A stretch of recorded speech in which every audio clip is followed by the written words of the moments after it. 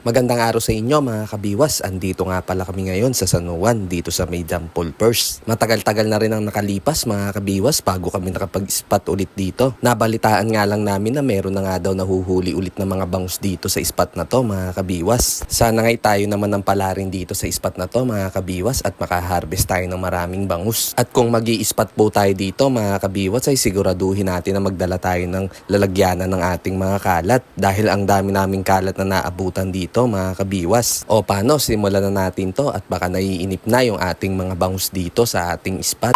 At bago nga pala tayo mag-start mga kabiwas ay papakita ko muna sa inyo yung daan naming dadaanan. Dahil natibag na nga yung gilid at papasukin nga natin tong jungle na to mga kabiwas. At habang binabagtas nga natin tong jungle mga kabiwas ay mag-shoutout muna tayo ng ating mga followers. I-shoutout nga pala natin sila Alexander Pohas, shoutout sa dyan master. At shoutout din kay Rex dyan, shoutout po sa dyan master.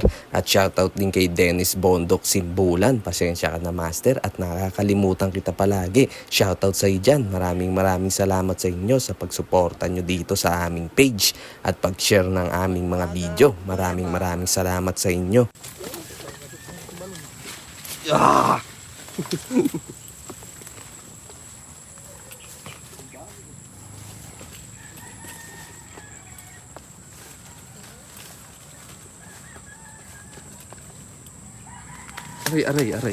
Aray.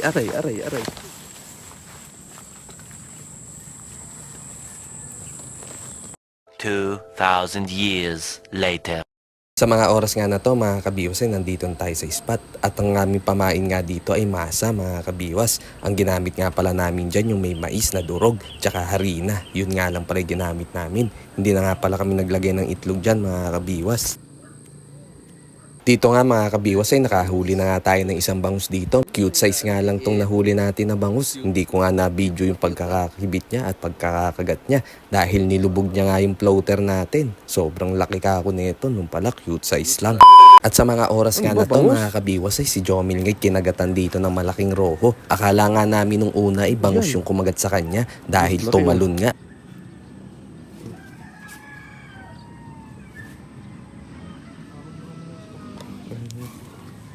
Laki niyan. Lumipad eh.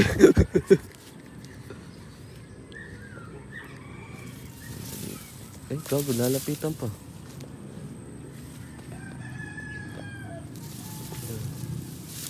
Eh, pipirin mo. Ayaw ba? Okay guys. Ito guys.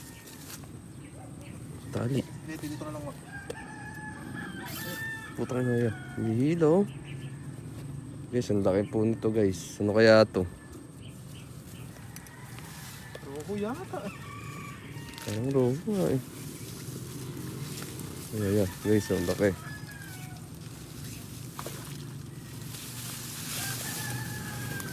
Ayan guys. Ang laki po nito guys.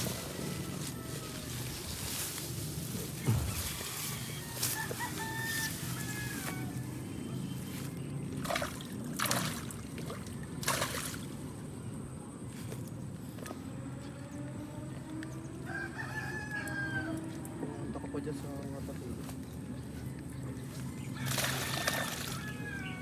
Roho nga, roho.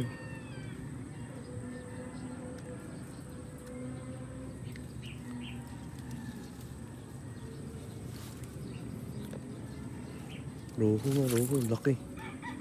Kakaibang roho. Maputi.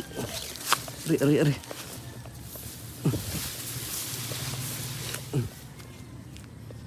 Guys, ating rohon Jomil oh.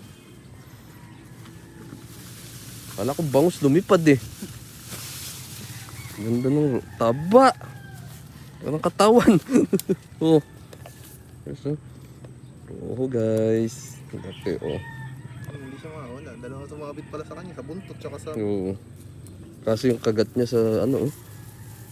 Hindi na nakabaon. Kaya pala ganun yung hila. Nakakanapan na siya sa buntot.